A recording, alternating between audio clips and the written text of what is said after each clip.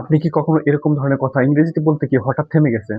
যেমন, আমার একটা ফোন আছে বা তার সময় আছে, অথবা আমাদের কোনো সমস্যা নেই। বাংলায় আছে বলা খুব সহজ।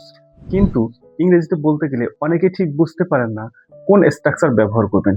আসলে আমরা যখন বর্তমানে কারো কাছে কিছু আছে বা কোনো কিছুর অস্তিত্ব আছে এই অর্থে বলতে চাই, ইংরেজিতে তার জন্য একটি খুবই natural and commonly used structure আছে।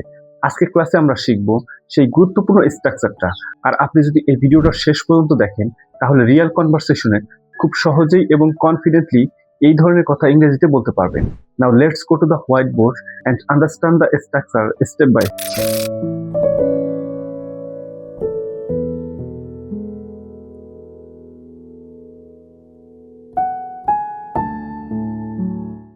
এই হচ্ছে তাহলে আমাদের আজকের ভিডিওর স্ট্রাকচার এবং সিচুয়েশন। চলুন প্রথমে আমরা আগে সিচুয়েশন এবং স্ট্রাকচারটা খুব ভালোভাবে বুঝে নিই। কারণ আপনি যদি সিচুয়েশন এবং স্ট্রাকচার খুব ভালোভাবে বুঝতে পারেন, কোন সিচুয়েশনে কোন স্ট্রাকচার ইউজ করে সেন্টেন্স তৈরি করে স্মার্ট ইংলিশে কথা বলতে হবে, তাহলে আপনার জন্য ইংলিশে কথা বলা খুবই সহজ হয়ে যাবে। দেখেন তাহলে আমাদের আজকের ভিডিওর সিচুয়েশনটা হচ্ছে কি, কারো কাছে বর্তমানে কিছু আছে অর্থে। কি বলছি? কারো কাছে কোনো কিছু বর্তমানে আছে অর্থে। সেক্ষেত্রে আমরা কিভাবে কনভারসেশন করবো? চলুন একটা সহজ স্ট্রাকচারের মাধ্যমে আমরা শিখে নিই কিভাবে সেন্টেন্স তৈরি করে স্মার্ট ইংলিশে কথা বলতে হবে। দেখেন স্ট্রাকচারটা হচ্ছে কি, subject plus have, has, goat plus NPV. So এই স্ট্রাকচার একটি শর্ট ফর্ম হচ্ছে কি এনপিভি। এনপিভি অর্থ হচ্ছে কি নাউন প্রোনাউন।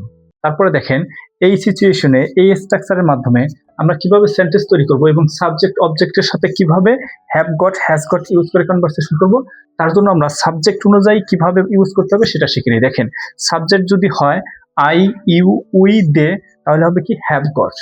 আর একটু ভালোভাবে বোঝেন, দেখেন আই, ইউ, উই, দে এগুলো যদি সাবজেক্ট হিসাবে থাকে তখন হবে কি হ্যাভ গট। তারপর হচ্ছে হি, শি, ইট থাকলে হবে কি হ্যাজ গট। আই থিঙ্ক আপনি এখন বুঝতে পারছেন সাবজেক্ট অনুযায়ী হ্যাভ গট, হ্যাজ গট কিভাবে ইউজ করে সেন্টেন্স তৈরি করতে হবে। চলুন এখন আমরা শিখে নেই এই সিচুয়েশনে এই স্ট্রাকচারের মাধ্যমে কিভাবে রিয়েল সিচুয়েশনে কনভারসেশন করতে হবে। তার জন্য আমরা কিছু রিয়েল এক্সাম্পলের মাধ্যমে শিখে নিই। তাহলে প্রথম রিয়েল এক্সাম্পলটি হচ্ছে,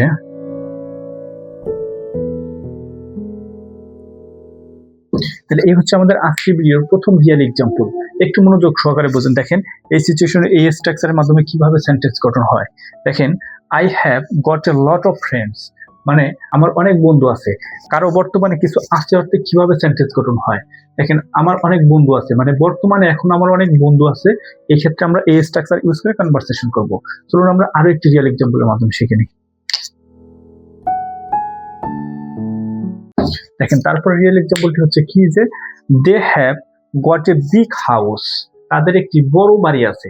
কারো কাছে বর্তমানে কিছু আছে অর্থে, মানে বর্তমানে তাদের একটি বড় বাড়ি আছে। আই থিঙ্ক আপনি বুঝতেছেন কিভাবে সেন্টেন্স গঠন হয়। চলুন আমরা আরো একটি রিয়েল এক্সাম্পলের মাধ্যমে শিখি।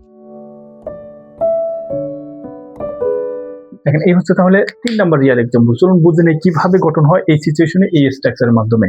দেখেন she has got a new phone, তার একটি নতুন ফোন আছে। দেখেন বর্তমানে তার একটি নতুন ফোন আছে। কিভাবে সেন্টেন্স গঠন হয়েছে এই স্ট্রাকচারের মাধ্যমে। আই থিঙ্ক আপনি আজকে ভিডিওর সিচুয়েশন এবং স্ট্রাকচারটা খুব ভালোভাবে বুঝতে পারছেন কিভাবে সেন্টেন্স গঠন হয় এবং আপনি আপনার রিয়েল লাইফে কিভাবে সেন্টেন্স তৈরি করে স্মার্ট ইংলিশে কথা বলবেন।